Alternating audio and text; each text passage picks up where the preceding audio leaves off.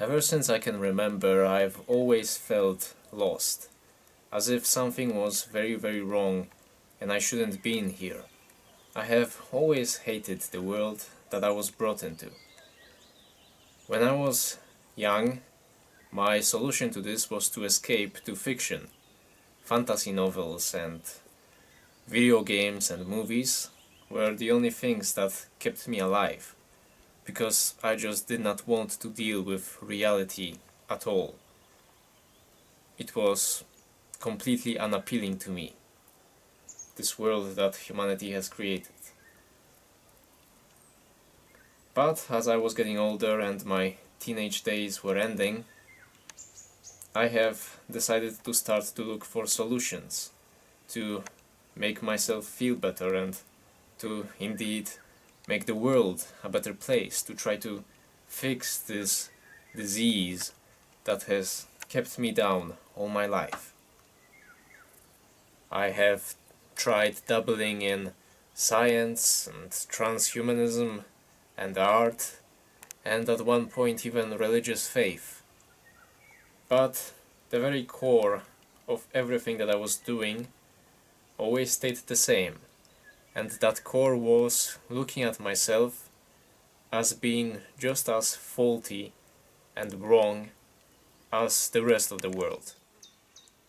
I saw myself and my instincts as something not to be trusted, and I thought that the only way to achieve my dream, to fix myself in this world, was to force myself into things, to train, to educate myself, to rise above my petty nature and craft myself, shape myself into something better.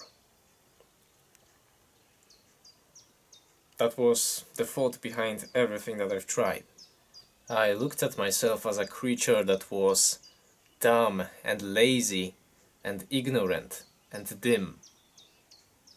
And I wanted to forcefully shape myself into something different. I fallen for the trap of thinking that through training and self-improvement and education I could become something great, so much greater than I could ever be, naturally, just being myself. The thing that ultimately saved me from this labyrinth of lost thoughts and ideologies was the fact that throughout all my life I've always followed one single thing, and in the simplest terms to put it, that thing would be beauty. Not in a conventional way of having smooth skin and nice hair or whatever, though that was also an element of it, but a grander beauty, in a way that the stars are beautiful, or forests are beautiful, or animals are beautiful. And all my life I've always wanted that. When I was a child escaping to fantasy, I did that because I wanted to experience distant land and distant unexisting creatures that were beautiful, that were not like what I've experienced in reality.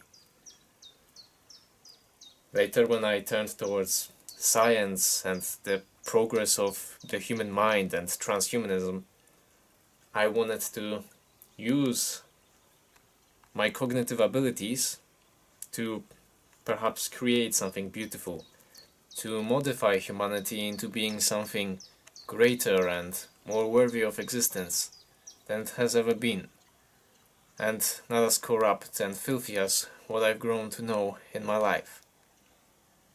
However, it didn't take me too long to come to the conclusion that everything that the human progress and civilization has created is just blasphemous to existence. It's evil. And nothing that the clever humans devise, no system, whether it be computers or molecular biology, none of it is gonna come close to the perfection, the complexity, and the beauty of nature. Because nothing that humanity has ever created no impressive cathedral, no music piece, no painting, no tool, nothing is ever going to be as beautiful as a tiger, or a whale, or a deer, or a dragonfly.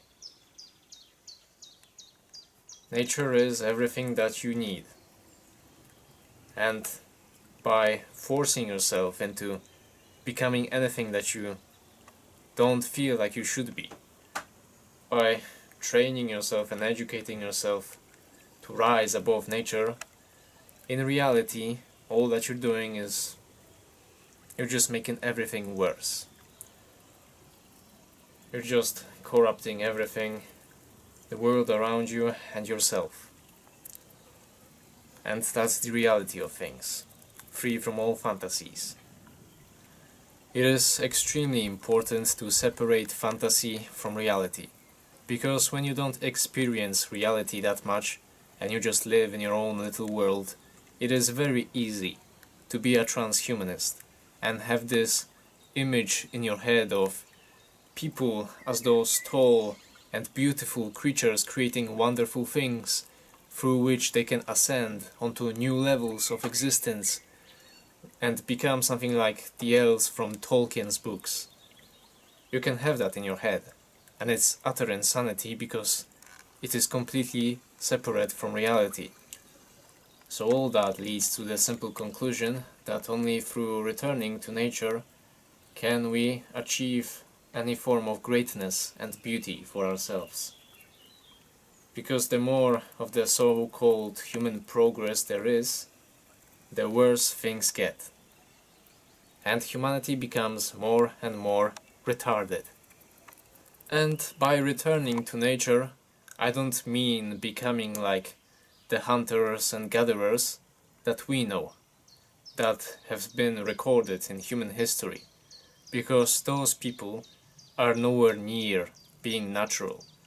A hunter and gatherer that slices up his own dick with a sharp rock because the spirits told him to do so is just as unnatural as any modern man living in the middle of the city.